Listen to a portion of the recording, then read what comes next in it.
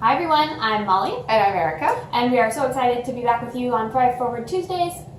Yeah, today we're honored to be here every Tuesday, and today we are going to be talking about stress.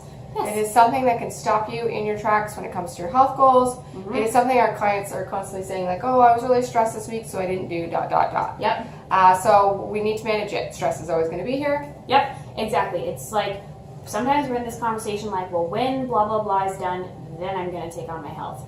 Not so, my friend. It will always be there. Yeah. So today what we're going to be talking about are the adrenal glands. You may have heard of, adrenal fatigue, whatever. That's a big topic right now. So we're going to be talking about those little guys and why they're important for stress. And we're going to, of course, leave you with some tips that will actually be useful for giving those little guys some love. Yeah, we have some infographics on our website that are easy to follow and just things that are easy to add into your life. Not stress you out. Exactly. Exactly. Okay, so like we talked about, we're talking about stress because we're talking about cravings. Yep. And oftentimes our cravings we're craving something because we're stressed. So who here are stress eaters? My jam is salt and vinegar chips. Pizza and pierogies from Molly. Oh yeah, Forgot about pierogi. I will remind you. Okay, so what happens is when you're stressed, you stress eat. So you have your stress here. And then you're stressed out, your adrenals respond by releasing cortisol, and then your cortisol causes you to stress eat, and then you're stressed because you're stress eating, and then there's like a full circle thing here. So what we're trying to do is like, how do we manage? Because what you're doing here is really just masking a symptom, which is the stress, but you're not managing it. Yeah. So we're going to talk about like effective ways to manage your stress. Yeah, and so like one place to just start is to actually talk about what the adrenal glands are. So your adrenal glands are these two little teeny tiny organs that sit on top of your kidneys, like the size of your thumb, and they're working symbiotically with the rest of your endocrine system.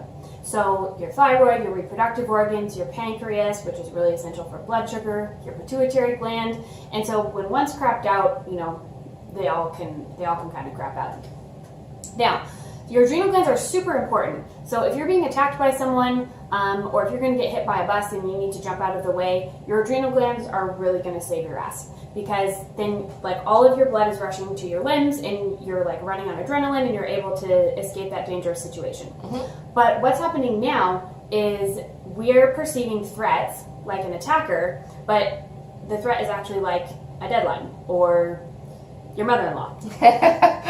So all of these things that aren't actually threatening are showing up, but your body's reacting like it's actually being threatened. And so then you're always stressed, and then all sorts of nasty things are happening as a result. Yeah, and so like Molly said, when you are stressed, your body perceives other functions as unnecessary during the moment of stress. Yes. So such things as like really important, like digestion, or like thinking clearly. Like you have those blackout moments when you're stressed, like you can't think or anything. That's because your body's sending you like all the energy to keeping you alive. Yeah. But digestion really keeps you alive, and you really want to make sure that you're not perceiving everything as stressful, because then that's like slows down your digestion and feeds into all sorts of other stresses. Yep, exactly. Yeah. Okay, so we hope we haven't stressed you out about stress yet. Are you stressing about your solutions? Yeah, so with your adrenal glands, what they're actually supposed to do is like you wake up in the morning, you've got a nice little surge of cortisol, and you're like, you're chipper, you're happy, you've got sustained energy throughout the day, and then in the evening your cortisol level's lower, and you fall into a nice sleep, and you get a solid, 6, 7, 8 hours. Yeah. And what happens when you're stressed all the time is that your adrenals cannot keep up with your cortisol increase. Yeah, like you're constantly pumping out cortisol to manage your perceived threats, and so like its normal function, like waking up in the morning, becomes a little problematic. Yeah, it can't sustain. So, how do you know if you're actually experiencing adrenal fatigue, or like you're on your way to like having too much stress in your life? Yep. So dark circles under your eyes are a huge thing. Yep. Not like feeling energized, doesn't matter how much you sleep. Yep. You cannot. That's a big one.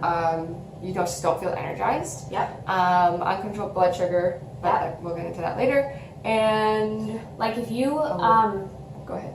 Yeah. So if you just can't get up in the morning, like not only if you've had enough sleep, but like you just can't get going in the morning, you're foggy until about 11, that's a big one. And then again, you slump in the afternoon, and then you're super hyper at night. Yeah. Super hyper. So people that say like I'm a night person, maybe you just have adrenal fatigue. Yeah, exactly. In like insane salt cravings, so you could just like have that salt lick. Yep. Mine is salt and vinegar chips. Yeah. And the other thing is your immune system really starts to be affected. So you get colds all the time. You catch like any bug that's going around. You may notice that, within the last few years, you're allergic to more things, like food-wise, where you're having more intense seasonal allergies, or maybe you've never even had allergies and now you have allergies. That's a big thing. Uncontrolled, like dry skin. Oh yeah, very dry skin. No matter what you do, like how much you drink, how much you lather. Yep.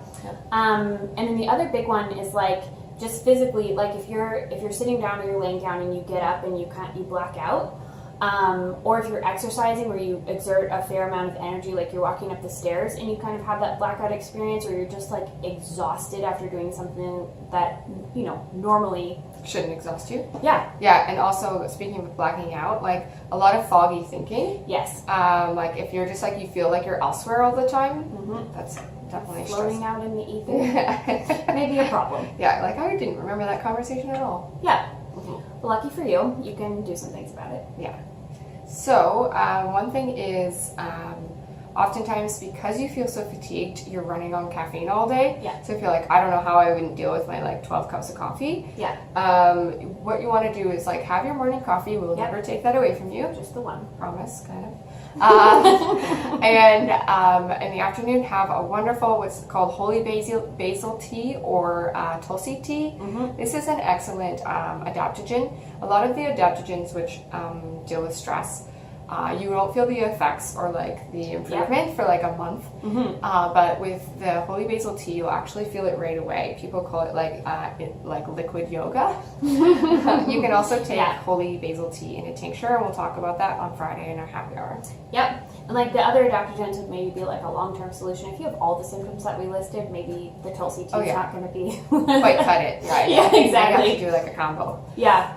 One thing, and this is a great remedy for our night owls, there's a tea from traditional medicinals called nighty-night tea. So good.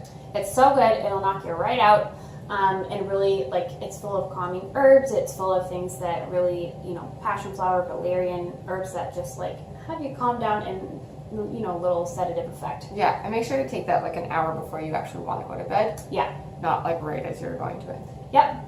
And then the other thing is we've got a couple of infographics on our website, which we'll post below. Oh yeah, and then in the moment, if you are stressed. Oh yeah.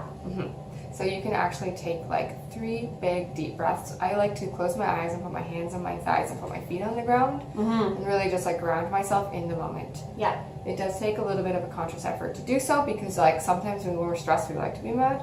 But like really just like think of your adrenals. And you're loving yourself. Yeah, and those 3 deep breaths it'll take your cortisol levels down immediately. Like it's very effective. It doesn't have to take a long time. So that's a really good in the moment remedy.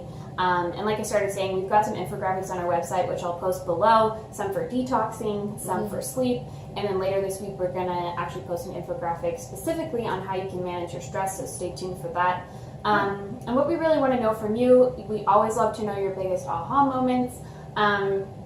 And then also, like, what are you doing for your stress levels now that's very effective? And what are some situations that you constantly find yourself in that you just haven't been able to, like, break through? Yeah, because we want you to thrive. Yep. And, so. All right, we're excited to hear from you. Happy Tuesday. Happy Tuesday.